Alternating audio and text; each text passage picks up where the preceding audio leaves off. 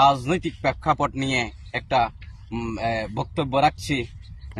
বক্তব্যটা হচ্ছে এরকম, বিগত 16 বছর আমাদের দেশে কোনো নির্বাচন হতে পারে নাই একটা ফ্যাসিস্ট সরকারের কারণে। বাংলাদেশের আপমর জনতা ছাত্ররা রক্ত দিয়ে যখন এই ফ্যাসিস্টটাকে পতন ঘটালো, ওই ফ্যাসিস্ট সরকার প্রধান যখন পালিয়ে গেলেন, এরপরে আমাদের বাংলাদেশকে সকল মহলের সকল রাজনৈতিক দলের সিদ্ধান্তক্রমে দেশের আন্তর্জাতিকভাবে যিনি পরিচিত বাংলাদেশের বিশিষ্ট সন্তান ডক্টর মোহাম্মদ ইউনূসকে প্রধান উপদেষ্টা রেখে যে সরকারটা গঠিত হলো, এই সরকারটা গঠিত হলো বর্তমানে অনলি 7 মাস। এই 7 মাসের মধ্যে কিছু কিছু রাজনৈতিক দল বারবার নির্বাচনের কথা সামনে নিয়ে আসছে, বারবার নিয়ে আসছে।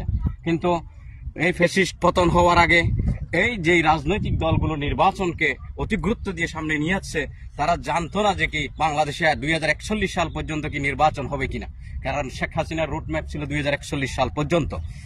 যাই হোক, আমি বলতে চাচ্ছি এই যে রাজনৈতিক দলগুলো আমাদের দেশের অতীতে রাষ্ট্র শাসন করছে, রাষ্ট্র প্রধানমন্ত্রিত্ব করছে, রাষ্ট্রকে নেতৃত্ব দিয়েছে, ওই দলগুলার 15% ভোট অন্ধভক্ত আছে।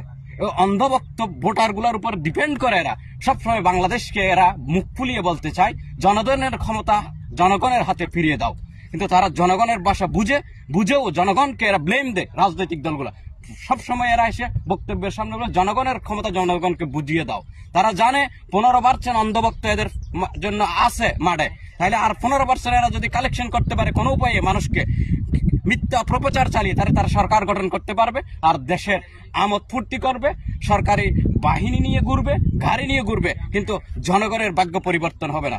আমি এই ভিডিওর মাধ্যমে বাংলাদেশের জনগণ যারা অভ্যুত্থানে রক্ত দিয়েছে তাদেরকে অনুরোধ করব, 15% অন্ধভক্ত যারা আছে তাদেরকে অনুরোধ করব, আপনাদের চোখ খুলে দেখুন রাজনীতির প্রেক্ষাপটে ভবিষ্যতে কোন রাজনৈতিক দল বা কোন সরকার আসলে আপনি যেই কারণে রক্ত দিয়েছেন সেই রক্তের বিনিময়ে আপনি সার্থকতা পাবেন, ওই দল নির্বাচন করুন আপনারা।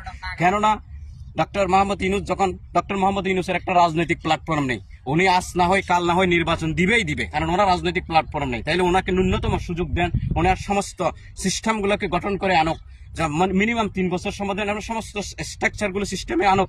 কিন্তু একটা বড় রাজনৈতিক দল, আমি সঙ্গত কারণে নাম নিয়ে বলবো বিএনপি, ওই রাজনৈতিক স্ট্রাকচার গুলোকে পুরোপুরি দাঁড় করানো দিতে চাচ্ছে না। কারণ ওই রাজনৈতিক স্ট্রাকচার গুলো দাঁড় হয়ে গেলে যখন বিএনপি ক্ষমতায় যদি এবার আসে চান্স পায়, তাহলে দেশে তারা যে স্টাইলে 2006 সাল 1991-তে যে স্টাইলে রাষ্ট্র পরিচালনা করছে ওইভাবে পারবে না।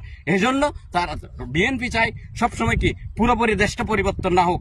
আমরা চাই অপমার জনতাকে এই ভিডিওর মাধ্যমে আহ্বান করব, আমাদের দেশে একটা সুযোগ আসছে। জনগণ, আপনি ভেবে চিনতে আপনার কল্যাণে, আপনার চিকিৎসার জন্য, আপনার লেখাপড়ার জন্য, আপনার রাস্তাঘাটের জন্য, আপনার বিমানের টিকিটের জন্য, আপনার যা যা করণীয় এই সুবিধা সেবাগুলা যেই রাজনৈতিক দল থেকে পাবেন, আপনি চোখ কান খোলা রেখে অন্ধ না হয়ে ওই দলটাকে নির্বাচন করুন। এটা হলো বাংলাদেশের জন্য, এই 2024-এর অভ্যুত্থান হচ্ছে বাংলাদেশ পরিবর্তনের জন্য, বাংলাদেশ মালয়েশিয়ার মতো হওয়ার জন্য, বাংলাদেশ ব্যাংককের মতো হওয়ার মতো একটা সুযোগ। এই সুযোগ যদি হাতছাড়া করেন আপনার, তাহলে 54 বছর যেভাবে দেশ চলছে ওইভাবে চলবে। চিকিৎসা পাবেন না, রাস্তা পাবেন না, সেবা পাবেন না, সরকারি সেবা পাবেন না, ভূমি অফিসে যাবেন ঘুষ দিতে হবে, থানায় যাবেন ঘুষ দিতে হবে, বিদেশে যাবেন টিকিট ভাড়া বেশি দিতে হবে, বিশ্বের অন্যান্য দেশে বাঙালি হিসেবে মাথা উঁচু করে দাঁড়াতে পারে। এখন যেরকম নিগৃহীত নির্যাতিত বিশ্বের বিভিন্ন দেশে আমরা যাই, আমাদের সম্মান নেই কেন? আমাদের বাংলাদেশে দুর্নীতি, আমাদের বাংলাদেশে জালিয়াতি। বিশ্বে যাওয়ার পরে আমাদের বাংলাদেশে আমাদের সার্টিফিকেটের কোনো মূল্যায়ন নেই, কেননা আমরা জালিয়াতি করে সার্টিফিকেট বানাই। এরা বলতেছে, এরা বক্তব্য দিচ্ছে বিশ্ববাসী। সেই জন্য ওই চক্কর থেকে যদি আমরা ফিরে আসতে চাই, তাইলে এটাই হলো সুযোগ। এমন একটা রাজনৈতিক দলকে আমরা আনতে হবে যে রাজনৈতিক দল আমার রক্তের মর্যাদা দিতে জানবে। আমরা যে 24-এ যে রক্ত দিয়েছি সেই রক্তের অবদানকে যে রাজনৈতিক দল স্বীকার করবে, জনগণের অধিকারের কথা প্রথমে চিন্তা করবে। ক্ষমতায় এসে গাড়ি নিয়ে বাহিনী নিয়ে দৌড়ানোর চিন্তা করবে। এর রাজনৈতিক দলকে এর যে সদস্য আছে, কর্মী আছে, নেতা আছে, এদেরকে চাঁদাবাজ মুক্ত রাখবে। ওই দলকে আপনারা ভবিষ্যতে আনার জন্য আমি অনুরোধ করবো একজন প্রবাসী হিসেবে।